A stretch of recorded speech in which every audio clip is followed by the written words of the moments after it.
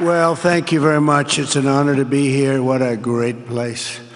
What a great place, but more importantly, what great people. I want to thank His Royal Highness, the Crown Prince, for that incredible introduction. He's an incredible man. Known him a long time now. There's nobody like him.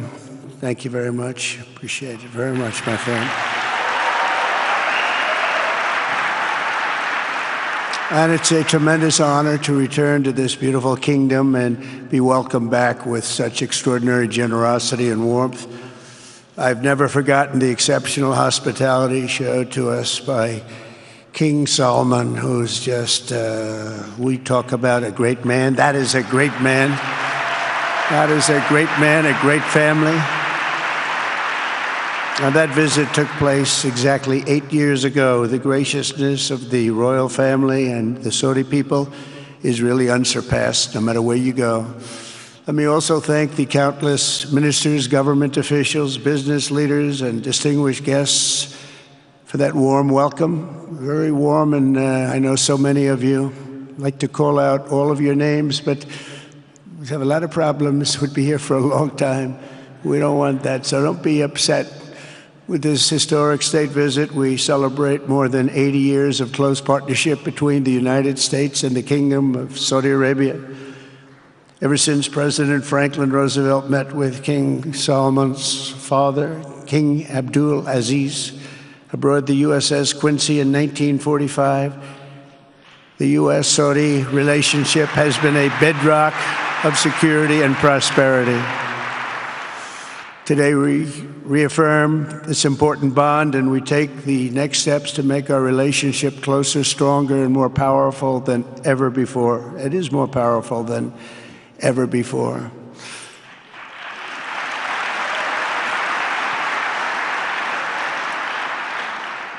And by the way, it will remain that way.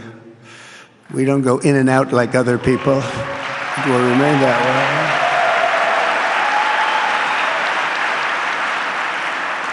I've come this afternoon to talk about the bright future of the Middle East, but first let me begin by sharing the abundance of good news from a place called America. In less than 4 months, our new administration has achieved more than most other administrations accomplish in 4 years or even 8 years. We've actually done, for the most part, more. The day I took office, we inherited, thank you. Thank you. The day I took office, we inherited a colossal invasion on our southern border, an invasion like you'd never want to see here. Nobody should ever want to see it. But within weeks, we slashed illegal border crossings to an all-time low, down 99.999%. That's good, even for this great gentleman standing right in front of me. That's a good number. We had hundreds of thousands of people. They came in at the same time last year, and last month we had, in this massive border, 3 people that got in. That's quite a difference, and we have no choice but to get a lot of the people that came in because they were not the best people. They were, in many cases, very bad people. We're getting them out. We're getting them out very fast. We're bringing them back to where they came from. We have no choice. After years of military recruiting shortfalls, enlistments in the U.S. Armed Forces are now the highest in 30 years because there is such an incredible spirit in the United States of America. We have tremendous spirit again. Just about a year ago, it was a big story, front page on every paper all over the world, that nobody wanted to enlist in our military, meaning we were way under enlisted. And just last week it came out that we had the strongest enlistment. They say 30 years, but probably it's maybe ever. They don't go back that far. It's the best, and that includes police officers, firemen, everything else. Is a great spirit in the United States right now. A brand new poll from Rasmussen just showed that the number of Americans who believe the nation is on the right track, they have a right track, wrong track, is now the highest in over 20 years. And it hasn't been anything like this because for many years it was the wrong track. And I can tell you for the last 4 years it was definitely the wrong track, but it's the highest it's been in many, many years. We renamed the Gulf of Mexico into the Gulf of America. That was very popular, other than perhaps with Mexico. And most importantly for the people in this room, the days of economic misery under the last administration are rapidly giving way to the greatest economy in the history of the world. We are rocking. The United States is the hottest country, with the exception of your country, I have to say, right?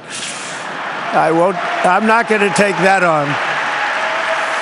No, Mohammed, I'm not going to take that on. Wouldn't that be a terrible thing if I made that full statement? But I will not do it. You're hotter. At least as long as I'm up here, you're hotter. But groceries, gasoline, energy, and all other prices are down with no inflation. We have no inflation, and in a few short weeks, we've created 464,000 brand new jobs. Think of that. It's almost 500,000 jobs created just in a matter of weeks.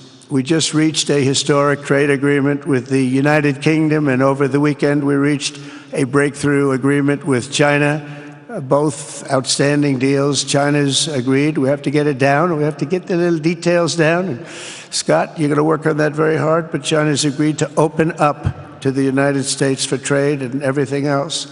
But they have to do it, so we'll see what happens. But we had a very, very good meeting with both of those countries. We are cutting 10 old regulations for every new regulation. We're getting rid of all of the red tape that is so many, frankly, countries, as they get older, they develop a lot of red tape, and we're getting rid of it. We're getting rid of it at record levels.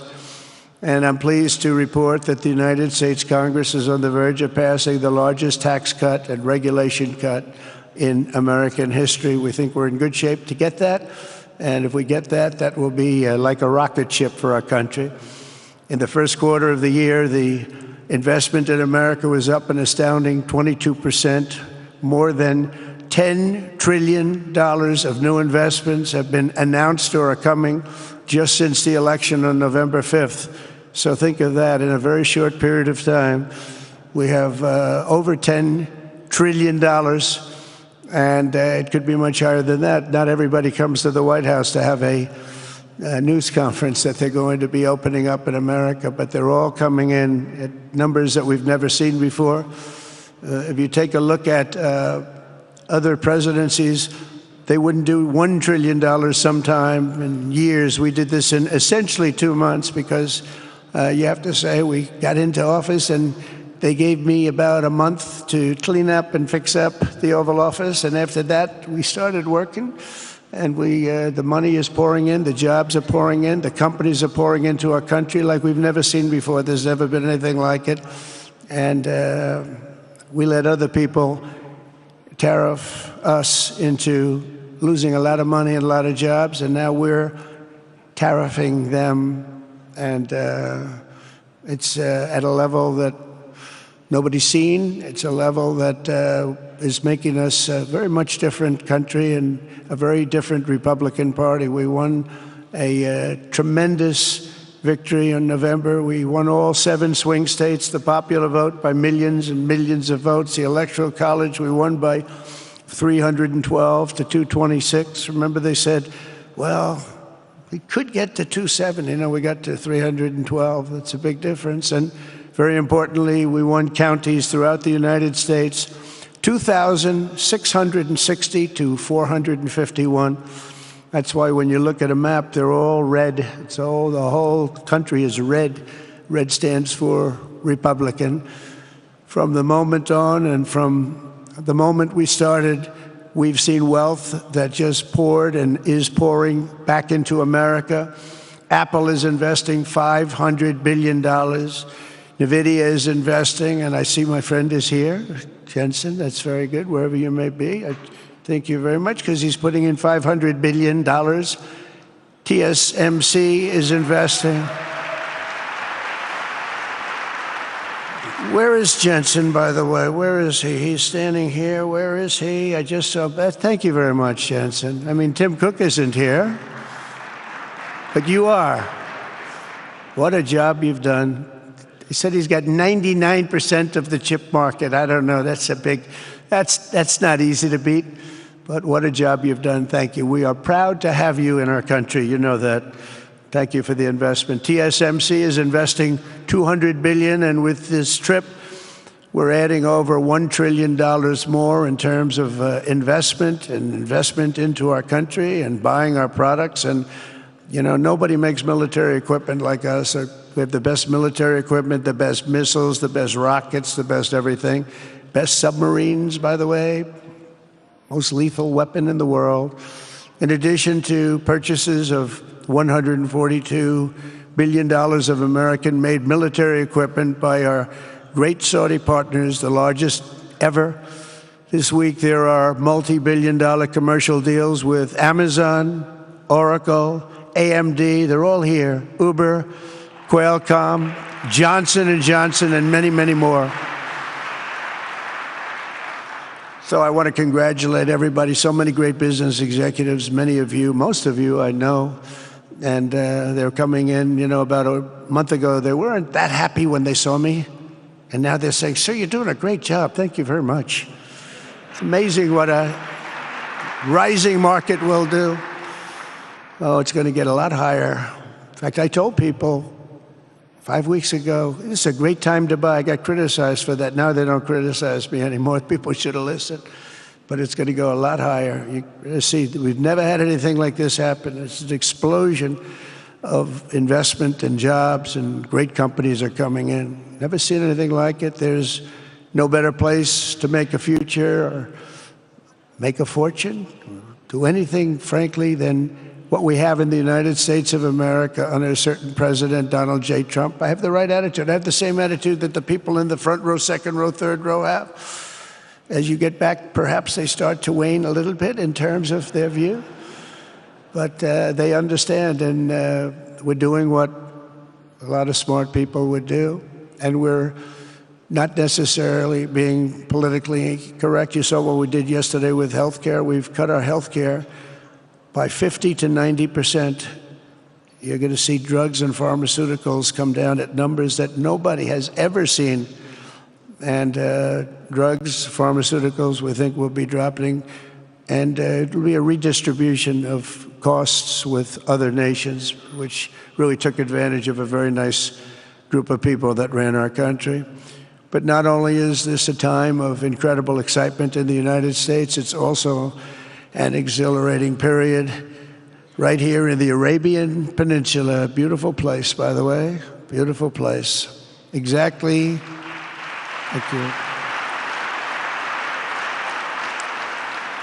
Exactly 8 years ago this month, I stood in this very room and looked forward to a future in which the nations of this region would drive the forces of terrorism and extremism, drive them right out of existence, and take your place among the proudest, most prosperous, most successful nations anywhere in the world as leaders of a modern and rising Middle East. So exciting.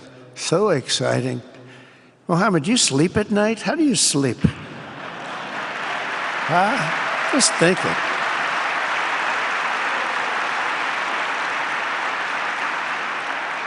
What a job. He tosses and turns like some of us. Tosses and turns all night. How do I make it even better all night? It's the ones that don't toss and turn. They're the ones that will never take you to the promised land, won't they? But you have done some job. True.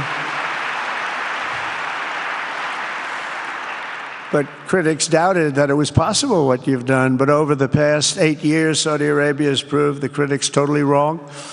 The transformation that has occurred even by these incredible business leaders. I mean, you had the biggest leaders in business anywhere in the world standing right before us.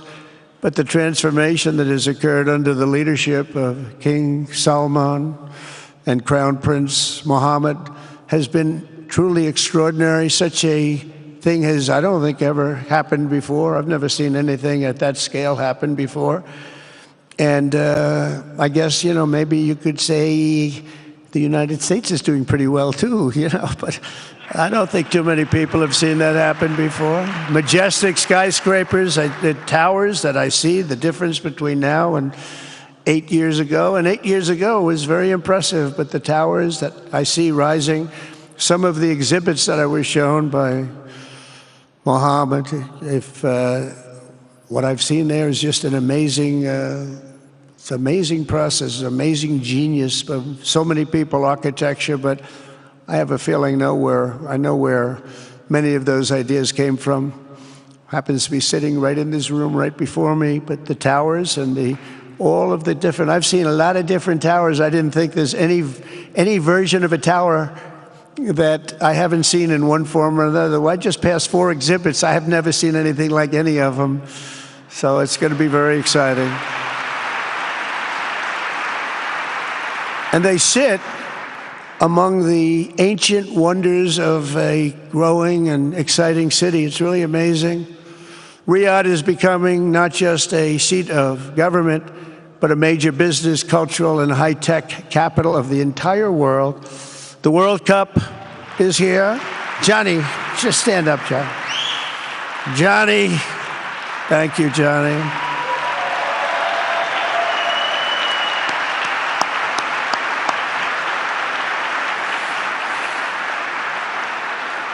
Great job, Johnny, great job. But the World Cup and the World Expo will soon be coming here, just like the World Cup is coming to the United States. It's going to be really exciting next year.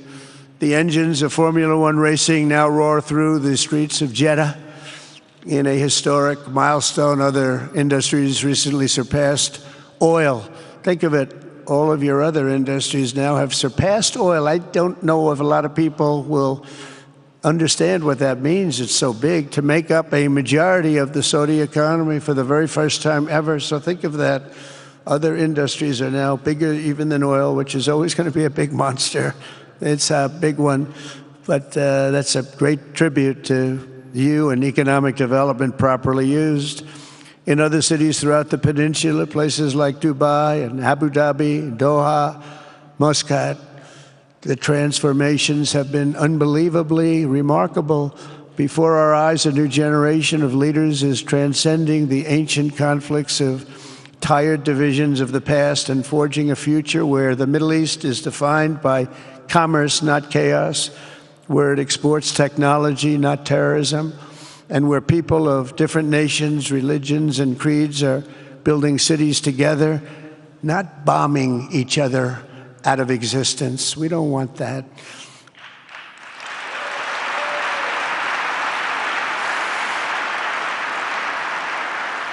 And it's crucial for the wider world to note this great transformation has not come from Western interventionists or flying people in beautiful planes giving you lectures on how to live and how to govern your own affairs. No, the gleaming marvels of Riyadh and Abu Dhabi were not created by the so-called nation builders, neocons, or liberal nonprofits like those who spent trillions and trillions of dollars failing to develop Kabul, Baghdad, so many other cities. Instead, the birth of a modern Middle East has been brought by the people of the region themselves, the people that are right here, the people that have lived here all their lives, developing your own sovereign countries, pursuing your own unique visions and charting your own destinies in your own way. It's really incredible what you've done. In the end, the so-called nation builders wrecked far more nations than they built, and the interventionists were intervening in complex societies that they did not even understand themselves. They told you how to do it, but they had no idea how to do it themselves. Peace, prosperity, and progress ultimately came not from a radical rejection of your heritage, but rather from embracing your national traditions and embracing that same heritage that you love so dearly.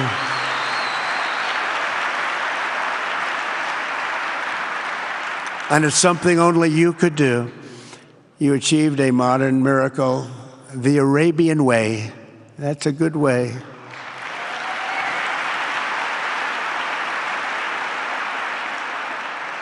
Today, the Gulf nations have shown this entire region a path towards safe and orderly societies with improving quality of life, flourishing economic growth, expanding personal freedoms, and increasing responsibilities on the world stage.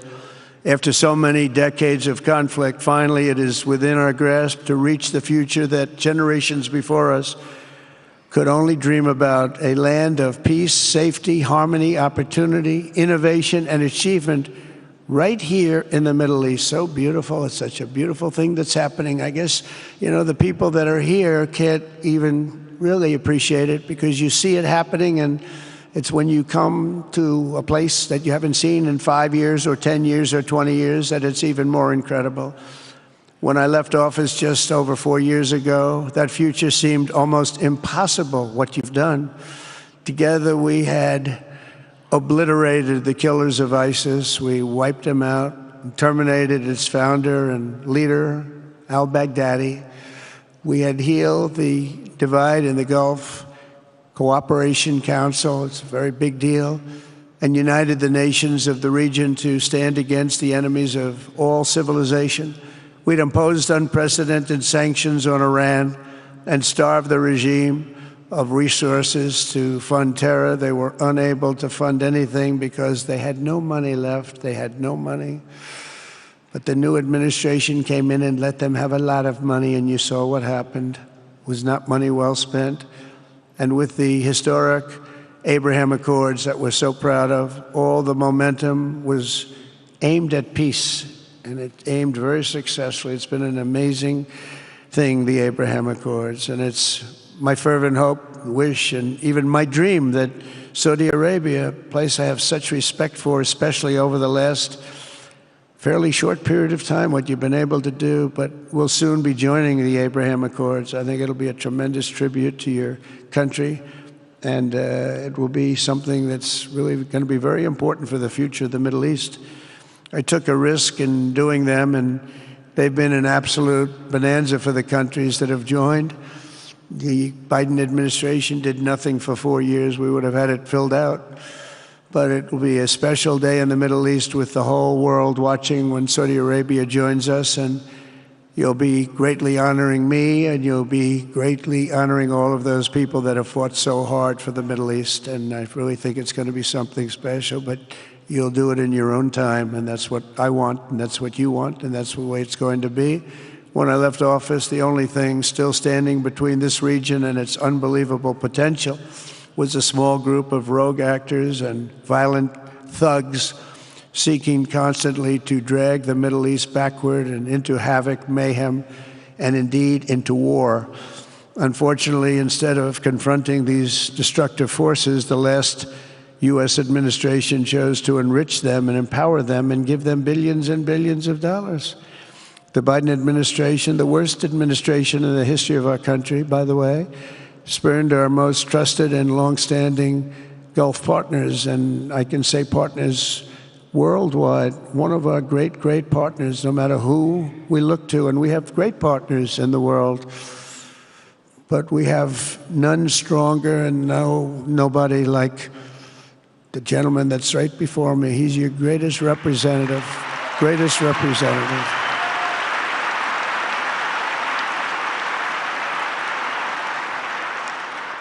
And if I didn't like him, I'd get out of here so fast. You know that, don't you? He knows me well. I do. I like him a lot. I like him too much. That's why we give so much, Too much. I like you too much.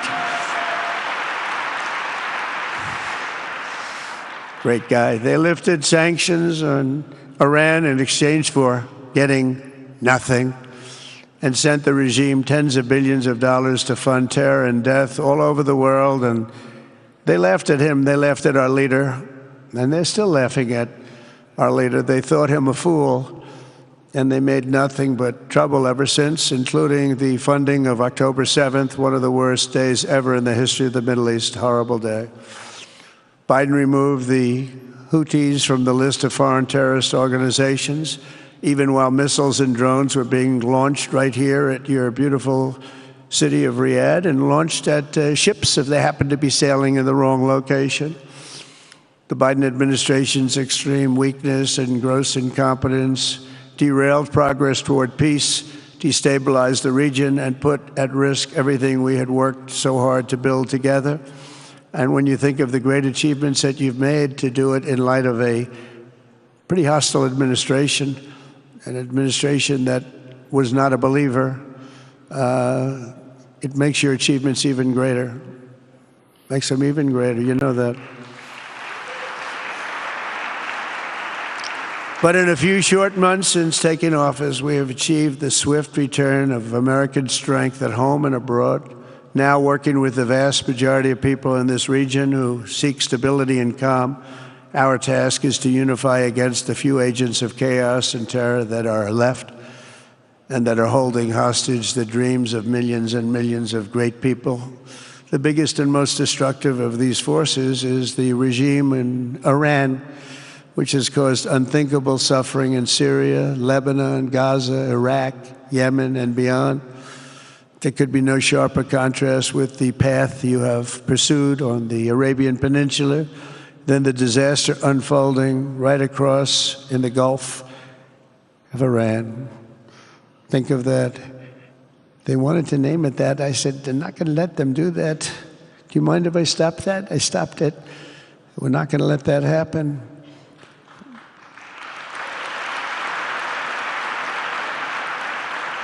While you have been constructing the world's tallest skyscrapers in Jeddah and Dubai, Tehran's 1979 landmarks are collapsing into rubble and dust. They had it going for a little while under a much different system, but those buildings are largely falling apart, falling down, while you're building some of the world's biggest and most incredible infrastructure projects. Buildings, all sorts of things you're building that nobody's ever even seen before. Iran's decades of neglect and mismanagement have left the country plagued by rolling blackouts lasting for hours a day. All the time you hear about it.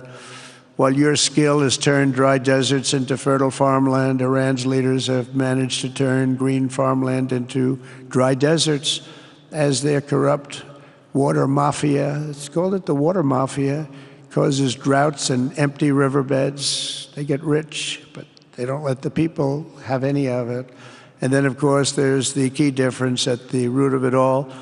While the Arab states have focused on becoming pillars of regional stability and world commerce, Iran's leaders have focused on stealing their people's wealth to fund terror and bloodshed abroad.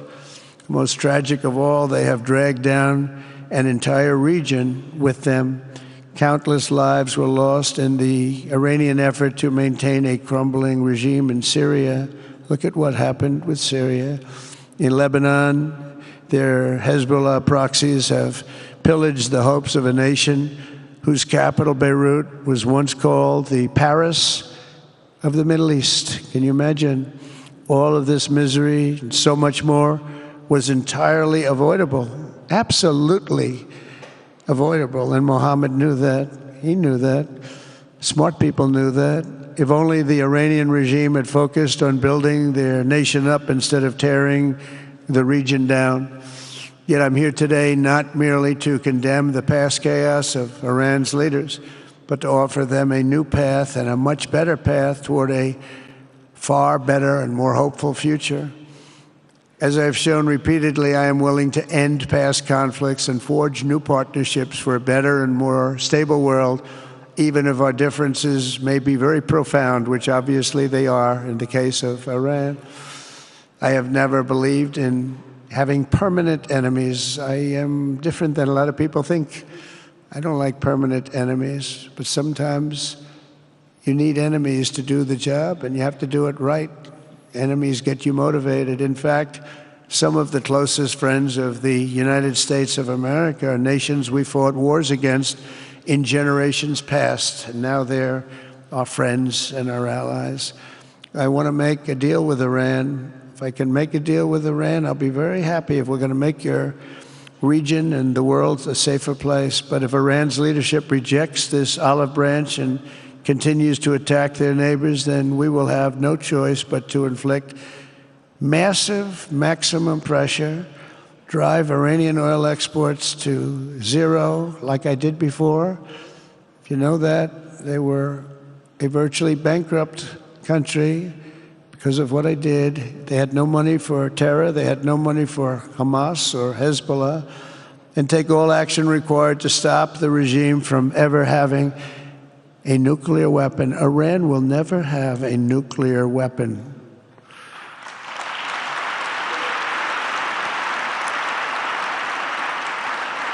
But with that said, Iran can have a much brighter future, but will never allow America and its allies to be threatened with terrorism or nuclear attack. The choice is theirs to make. We really want them to be a successful country. We want them to be a wonderful, safe, great country, but they cannot have a nuclear weapon. This is an offer that will not last forever. The time is right now for them to choose. Right now, we don't have a lot of time to wait. Things are happening at a very fast pace. They're happening right here. They're happening at a very fast pace. So they have to make their move right now, one way or the other. Make your move. As I said in my inaugural address, my greatest hope is to be a peacemaker and to be a unifier. I don't like war. We have the greatest military, by the way, in the history of the world. You know, I rebuilt our military in my first 4 years and rebuilt it into the most powerful military there is. And you saw that when I knocked out ISIS in 3 weeks. People said it would take 4 years, 5 years. I did it. We did it in 3 weeks. Just days ago, my administration successfully brokered a historic ceasefire to stop the escalating violence between India and Pakistan. And I used trade to a large extent to do it. I said, fellas, come on, let's make a deal. Let's do some trading. Let's not trade nuclear missiles. Let's trade the things that you make so beautifully. And they both have very powerful leaders, very strong leaders, good leaders, smart leaders. And it all stopped. Hopefully it'll remain that way, but it all stopped. I was very proud of Marco Rubio and all of the people that worked so hard. Marco, stand up. What a great job you did on that. Thank you, J.D. Vance, Marco. The whole group worked with you, but it was a great job. And I think they're actually getting along. Maybe we can even get them together a little bit, Marco, where they go out and have a nice dinner together. Wouldn't that be nice? But we've come a long way, and it could be, you know, millions of people could have died from that conflict that started off small and was getting bigger and bigger and bigger by the day. I've also been working relentlessly to end the terrible bloodshed between Russia and Ukraine, and very importantly, talks are being held in Turkey later this week, probably on Thursday, and they could produce some pretty good results. Our people are going to be going there. Marco's going to be going there. Others are going to be going, and we'll see if we can get it done.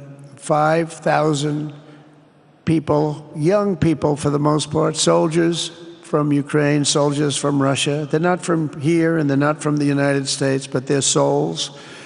They're souls. I think usually, mostly, they're young, beautiful souls that left their parents waving goodbye, left their brothers and sisters. Goodbye, I'll see you soon. And they got blown to pieces. 5,000 on average a week are dying, and people are dying elsewhere in the region, but tremendous numbers like we haven't seen since World War II are dying, and I want to stop it. I want to stop it. It's a horrible war. Would have never happened if I were president. That's a war that would have never happened. October 7th would have never happened if I were president, because Iran had no money to pay Hamas or anybody else. They had no money. They were not looking to take care of them. They had to take care of themselves. They had no money. We stopped their oil effectively with the embargoes and sanctions. But let me take this opportunity to thank the Kingdom of Saudi Arabia for the constructive role that you've played in facilitating the Ukraine talks. And it really is, you've been amazing. You've made everything available to us. Thank you very much. Thank you. And if we get that settled, we'll pay a special tribute to what you've done. You really did lay a great groundwork. Thank you very much. Appreciate it. The West should not be dragging itself backward into another endless war in Europe, yet another endless war. We should stop the killing and work together to address the biggest long-term threats as one unbeatable team. Think of us as an unbeatable team. I mean, when you look at what you've done here, that's much more difficult than stopping stupidity. Think of it. It's stupidity. What you've done is much more difficult, and you did it better than anybody else has ever done it. As President of the United States,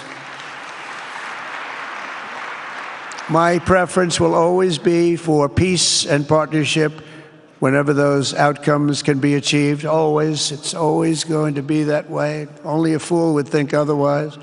In recent years, far too many American presidents have been afflicted with the notion that it's our job to look into the souls of foreign leaders and use U.S. policy to dispense justice for their sins. They loved using our very powerful military, and now it's really the most powerful it's ever been. We just are getting a budget approved, $1 trillion, highest budget we've ever had in history for military, $1 trillion. And we're getting the greatest missiles, the greatest weapons. And, you know, I hate to do it, but you have to do it because we believe in peace through strength. You have to have the strength, otherwise bad things could happen. But hopefully we'll never have to use any of those weapons. Seems to be an awfully big waste of money if you're never going to use them, but hopefully we'll never have to use them because the destructive power of some of those weapons are like nobody's seen before. I believe it is God's job to sit in judgment, my job to defend America and to promote the fundamental interest of stability, prosperity, and peace. That's what I really want to do. I will never hesitate to wield American power if it's necessary to defend the United States or to help defend our allies.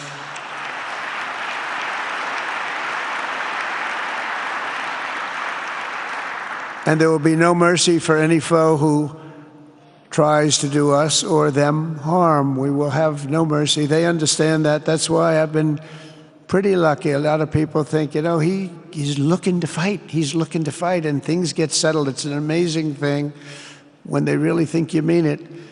But we do. We have the greatest military, the strongest military, stronger than any. Nobody's even close. We have the best weapons in the world, but we don't want to use them. If you threaten America or our partners, however, then you'll be faced with overwhelming strength and devastating force. We have things that you don't even know about, you don't hear about. And if you did, you'd say, wow. In recent weeks, following repeated attacks on American ships and freedom of navigation in the Red Sea, the United States military launched more than 1,100 strikes on the Houthis in Yemen. As a result, the Houthis agreed to stop. They said, we don't want this anymore. It's the first time you've heard that from them, too. They're tough. They're fighters.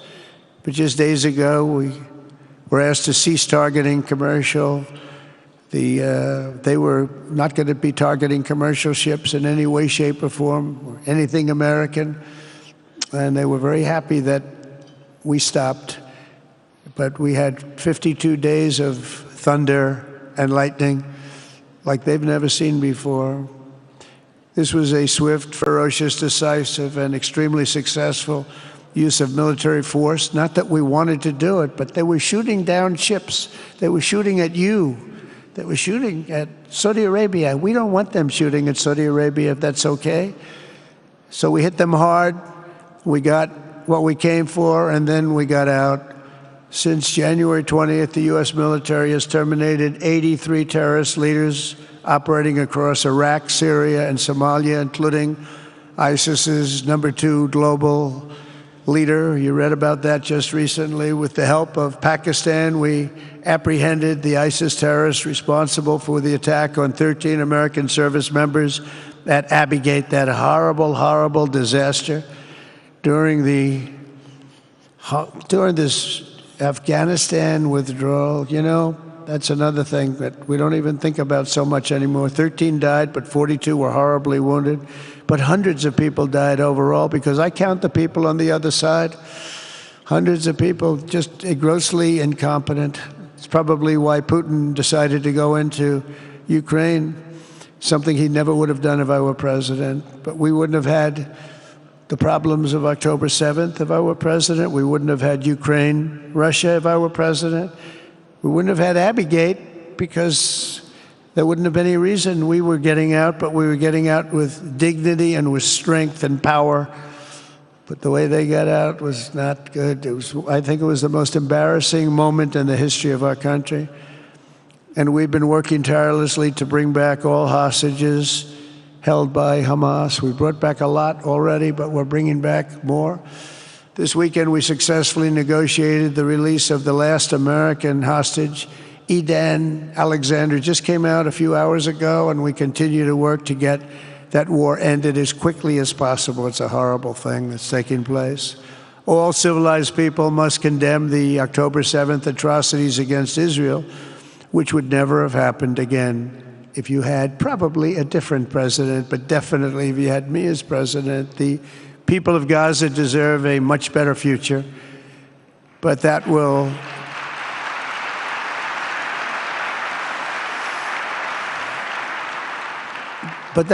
or can not occur as long as their leaders choose to kidnap, torture, and target innocent men, women, and children for political ends. The way those people are treated in Gaza, there's not a place in the world where people are treated so badly. It's horrible.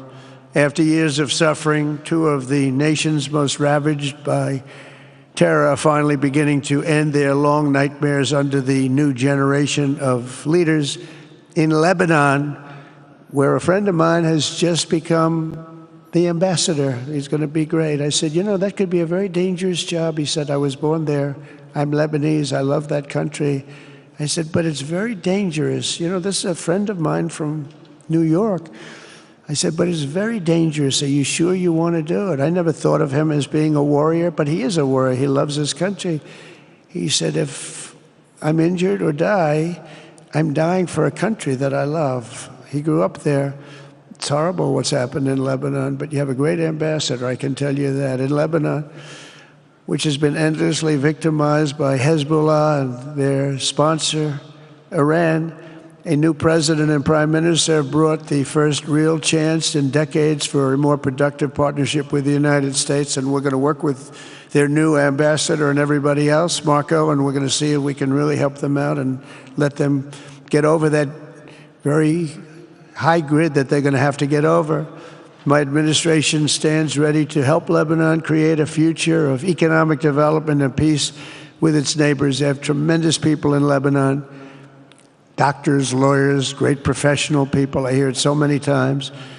Likewise, in Syria, which has seen so much misery and death, there is a new government that will hopefully succeed in stabilizing the country and keeping peace. That's what we want to see in Syria. They've had their share of travesty, war, killing, many years. That's why my administration has already taken the first steps toward restoring normal relations between the United States and Syria for the first time in more than a decade. And I'm very pleased to announce that Secretary Marco Rubio will be meeting with the new Syrian foreign minister in Turkey later this week. And very importantly, after discussing the situation in Syria with the Crown Prince, your Crown Prince,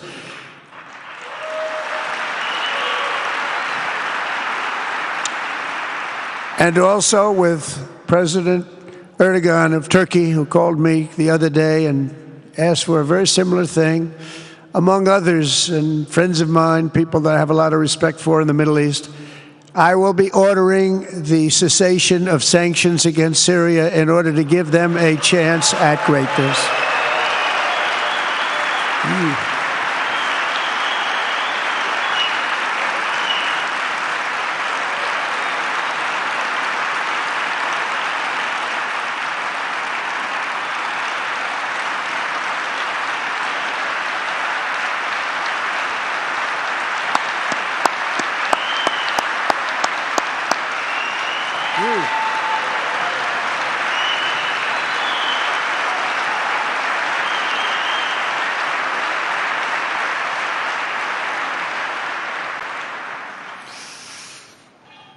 Oh, what I do for the Crown Prince.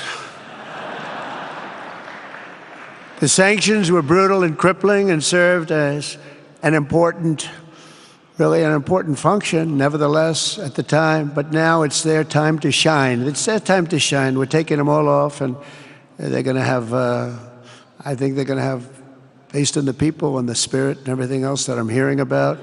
So I say good luck, Syria. Show us something very special like they've done, frankly, in Saudi Arabia. Okay? They're going to show us something special. Very good people. Everywhere we can, my administration is pursuing peaceful engagement, offering a strong and steady hand of friendship to all that will take it in good faith. Together, we have made unprecedented strides and tremendous progress, and we're still just at the dawn of the bright new day that awaits for the people of the Middle East, the great, great people of the Middle East. If the responsible nations of this region seize this moment, put aside your differences and focus on the interests that unite you, then all of humanity will soon be amazed at what they will see right here in this geographic center of the world. It really is. It's like a center of the world and the spiritual heart of its greatest faiths. For the first time in 1,000 years, the world will look at this region not as a place of turmoil and strife and war and death, but as a land of opportunity and hope, just like you've done right here, a cultural and commercial crossroads of the planet. Security and stability will lift millions into lives of safety and success, and the nations of this region will be free to realize your highest destinies, honor your proud histories, harness amazing new opportunities, and bring incredible glory to Almighty God. People will come from all over the globe to be inspired by the cities you build, the businesses you create, the technologies you invent, and the beauty, talent, and potential you unleash right in the hearts of your citizens. Each of you will be able to take tremendous pride in the legacy you will leave to your children, because you will have given them the ultimate blessings of prosperity and peace. So important. In the United States, we've launched the golden age of America. It's the golden age. We see it. We see it with all that money, trillions and trillions of dollars pouring in, hundreds of thousands of jobs coming in with it.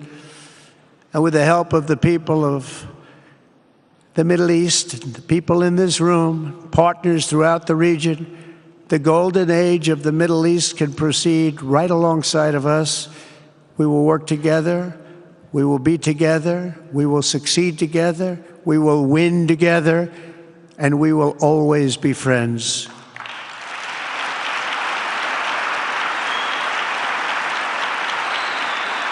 Thank you.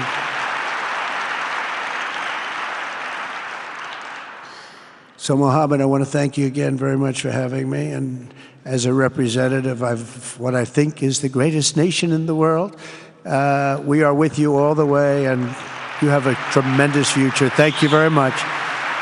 And please pay my respects to your father. Thank you very much. Thank you.